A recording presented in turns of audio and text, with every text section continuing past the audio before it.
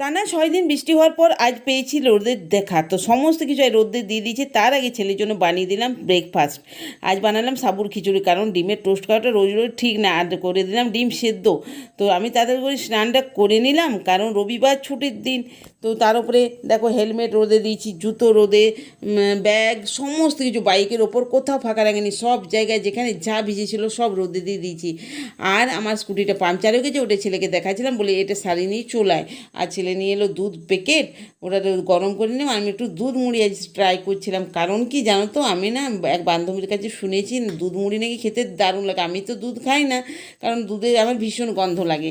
আর আমি দুধের বাকি সব আইটেম, এই প্লাস্টিকের জাগটা ছেলে মেলাতে কিনেছে, এগুলোতে জল খাওয়া একদমই উচিত নয়। আজই বের করলাম, আজই ঢুকিয়ে দেবো। তো একটু জল খেয়ে নিলাম। আমি বাড়িতে থাকলে জল একদমই খাওয়া হচ্ছিল না। তো আমি চুলটা একটু বেঁধে নিলাম, কারণ রান্নাঘরে ঢুকবো, খাবারে চুল পড়ে যেতে পারে। তাড়াতাড়ি করে ফল কেটে ছেলেকে দিয়ে দিলাম, ঘুমিয়ে যেতে পারে, আমি একটু ফল খেয়ে নিলাম।